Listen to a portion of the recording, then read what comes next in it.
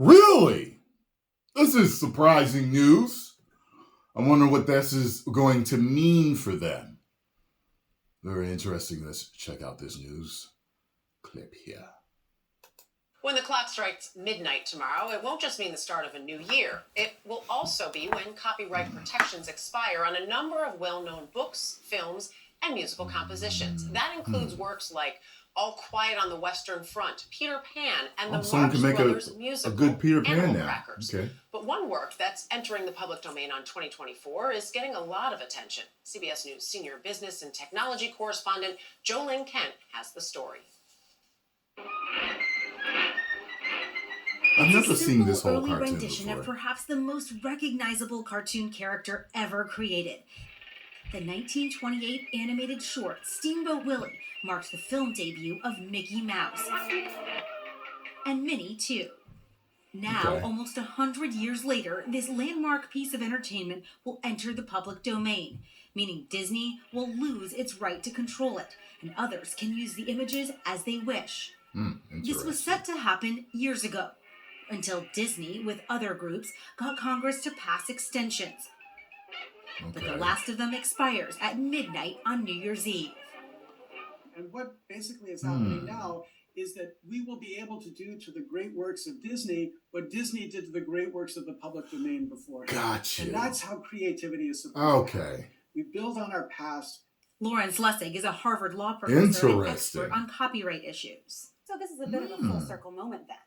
Absolutely. And I think Disney should celebrate that, because what we know about the creativity of Walt Disney and the Disney Corporation is that they've made stories relevant to our current time. So starting on Monday, anyone has the legal right to use Mickey and Minnie Mouse in new creative works like books and films.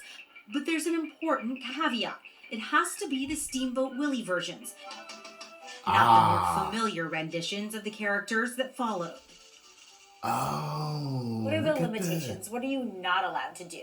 You cannot use the characters in a way that misleads consumers into thinking that Disney has produced or sponsored your product. Jennifer Jenkins teaches at Duke Law School, specializing in intellectual property and the public domain. The way I think about that is the public domain is like a box of chocolates. You never know what you're going to get. A case in point, Winnie the Pooh. Yeah. I still got to see that horror movie. 100 Acre Wood and into the public domain 2 years ago, when the original literary work lost its protection. And that led to this. Yes, it did. Winnie the Pooh, Blood and Honey, a critically panned, low-budget slasher film where the beloved characters go on a murderous rampage. Blood and Honey was buzzworthy because of the shock value, because it grossed people out.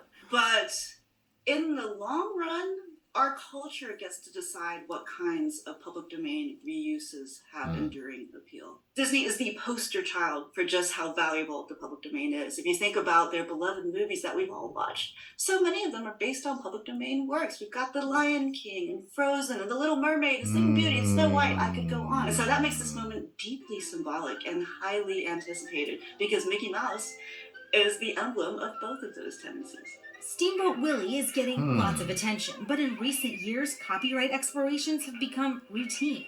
Over the years, many other characters have entered the public domain without much fanfare, video Tarzan, games, Sherlock Holmes, shows, and even movies, Frankenstein's monster. Everything. What are some of the high-profile characters that will enter the public domain in the next few years? So we have a lot to look forward to in the next few years. We've got Donald Duck. We've got Superman. We've got Batman. We've also got movies such as The Wizard of Oz, Casablanca, Gone with the Wind. We have a lot of wonderful works and a lot of forgotten works. Superman. People can just make Superman movies now. Interesting. For CBS Saturday Morning, Jolene Kent, Los Angeles. Wow. Sing this. What that law professor said I thought was interesting. Now we'll be able to do to Disney what Disney did to all public works that preceded them. In other words, they used all that knowledge and they told stories with it. Yeah, well, I think it's interesting. It is, and I think that Mouse has had more renditions. Apparently, that wasn't necessarily the very first film he was in. He was in another film called Plain Crazy, but he was Mortimer. And then Walt Disney's wife said, I don't like that name. Gotta change it. Gotta change it. Smart woman. Yes, she was. Mortimer ended up being Mickey his Mouse, cousin. Blood and Like Trap. No, please don't. okay, so, well, this makes things very interesting for the future. And for not just Mickey Mouse, for Superman, for Donald Duck. This is interesting. For Peter Pan and Wendy. So I think most people kind of feel, you almost, because they've been attached to Disney for so long, it's like, you know what I mean? Yeah, Disney owns these, but no, they don't.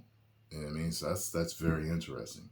Although they did own the copyright to Mickey Mouse. And now it's gone.